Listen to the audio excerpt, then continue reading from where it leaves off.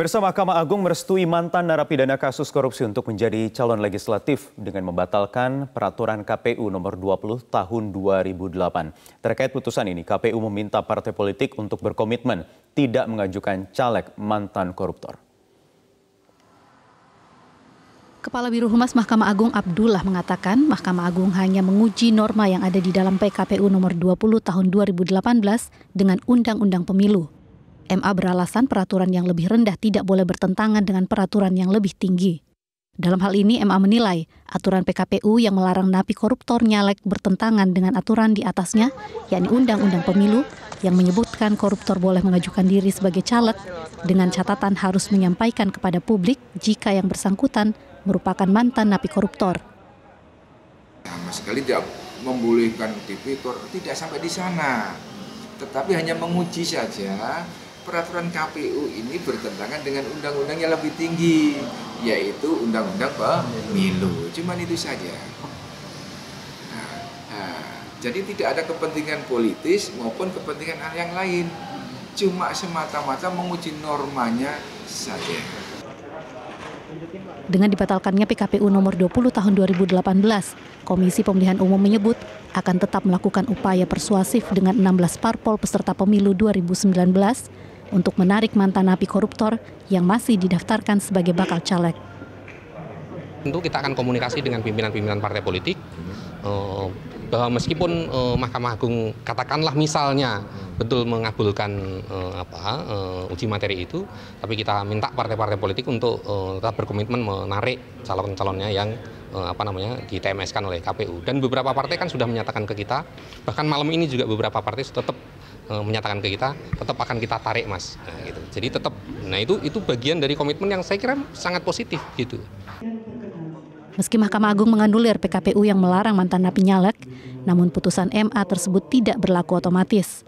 Sebab dalam pasal 8 ayat 2 peraturan MA nomor 1 tahun 2011 tentang uji material menyebut KPU mempunyai waktu 90 hari untuk mempertimbangkan putusan Mahkamah Agung. Di sisi lain, penetapan daftar calon tetap atau DCT akan diputuskan kurang dari 1 pekan pada 20 September 2018 mendatang. Artinya, jika dalam 90 hari ke depan KPU tidak menjalankan putusan MA, maka dengan sendirinya putusan MA tidak mempunyai kekuatan hukum dan mantan caleg koruptor tetap tidak bisa mengikuti Pileg 2019 mendatang. Tim Liputan Metro TV. Ya, sejumlah pihak menyayangkan putusan Mahkamah Agung yang membatalkan peraturan KPU nomor 20 tahun 2018.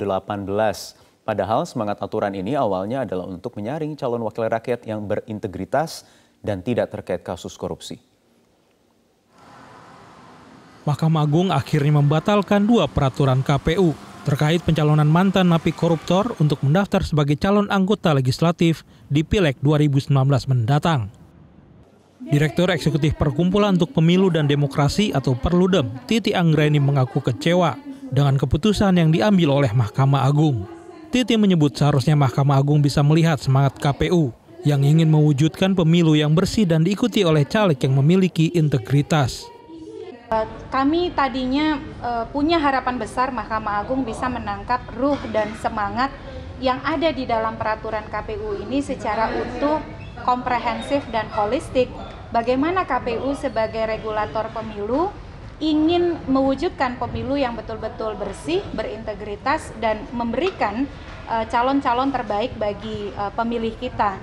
Tetapi ya tentu kita menyayangkan Mahkamah Agung nampaknya tidak secara utuh melihat maksud yang dikandung KPU di dalam 2 peraturan KPU yang kemudian dibatalkan beberapa pasalnya oleh Mahkamah Agung.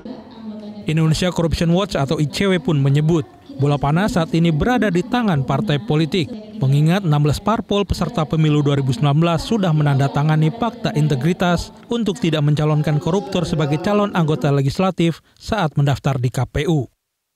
Partai politik seharusnya juga tetap komit gitu ya untuk tetap mencoret nama-nama mantan napi korupsi yang yang sudah menang gugatan ini yang akan running di pemilu legislatif 2019 karena mereka sudah menandatangani fakta integritas. Artinya mereka sudah mempunyai komitmen untuk tidak mencalonkan orang-orang yang bermasalah ini di pemilu 2019. Kemudian yang kedua, karena semangatnya tadi disebut sama begitu ya, saya harap ke depan juga harusnya apabila nanti ada revisi undang-undang pemilu, larangan ini dimasukkan di revisi undang-undang pemilu itu. Sebelumnya sejumlah pihak memiliki harapan dengan adanya peraturan KPU nomor 20 tahun 2018. Hal tersebut menjadi semangat bersama sebagai salah satu langkah untuk menyaring calon anggota legislatif yang bersih dari riwayat korupsi. Tim Liputan, Metro TV. Ya, untuk membahas lebih lanjut mengenai putusan Mahkamah Agung yang dinilai tidak mendukung upaya atau semangat pencegahan korupsi serta dapat membuka celah mantan koruptor untuk kembali nyalek, kita akan membahasnya dengan peneliti Indonesian Corruption Watch Donald Faris dan juga ada Ketua KPU Arief Budiman yang bergabung dari luar studio. Selamat pagi Bapak-bapak, Mas Donald. Pagi Mas Wahyu. Dan juga Mas Arief. Selamat pagi Mas Arief, saya ingin langsung ke Anda terlebih dahulu. Selamat pagi, Assalamualaikum Mas Wahyu. Waalaikumsalam warahmatullahi wabarakatuh. Mas Arief, jadi sudah terima atau belum nih putusan dari Mahkamah Agung salinannya terkait pembatalan PKPU nomor 20 tahun 2018? Belum kami terima. Sampai hari ini kami belum terima salinannya.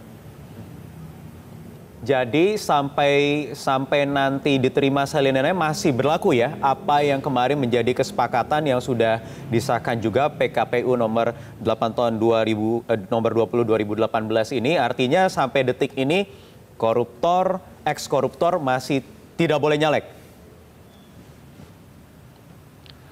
Iya, karena sebelum kami terima salinannya, sebelum PKPU-nya dirubah, itu kan masih berlaku. Oleh karenanya kami berharap Mahkamah Agung segera memberikan salinannya kepada KPU.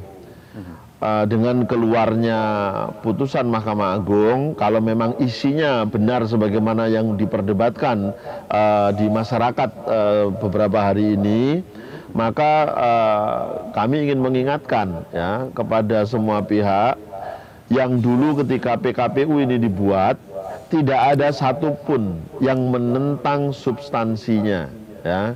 Jadi saya ingat betul perdebatan mulai di uji publik, kemudian di rapat konsultasi dengan pemerintah dan DPR, semua mendukung substansinya.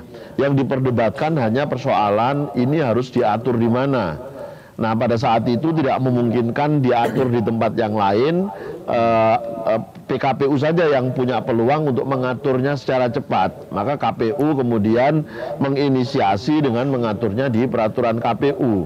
Nah, bahwa ternyata kemudian Mahkamah Agung menyatakan ini bertentangan dengan undang-undang, maka sekarang tugas itu menjadi tugas kita bersama untuk merumuskan regulasi ini di dalam undang-undang.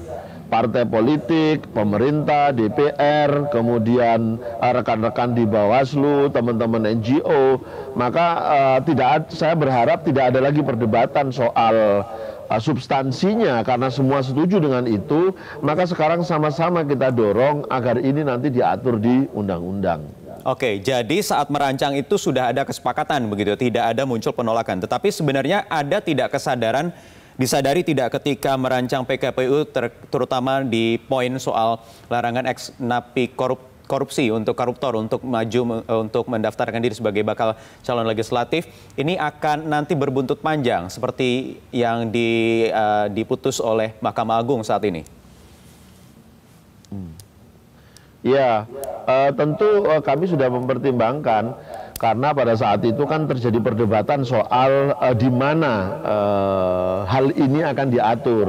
Tapi ketika kami tawarkan supaya ini diatur di undang-undang, semua kemudian hampir semua ya kemudian mempersoalkan karena waktu yang tidak cukup, tidak mungkin sekarang dan seterusnya. KPU melihat peraturan KPU punya peluang untuk bisa mengatur itu, makanya kemudian KPU dengan bukan sendirian KPU, tetapi dengan menerima masukan catatan dari banyak pihak yang kesimpulannya adalah bisa diatur di peraturan KPU, maka kami kemudian mengaturnya. Nah, bahwa sekarang ada realitas yang menyatakan bahwa ini tidak sesuai dengan ketentuan undang-undang, saya berharap semua pihak bisa menerimanya, ya. Nah, tetapi karena kemarin ketika ini dibahas, diperbincangkan,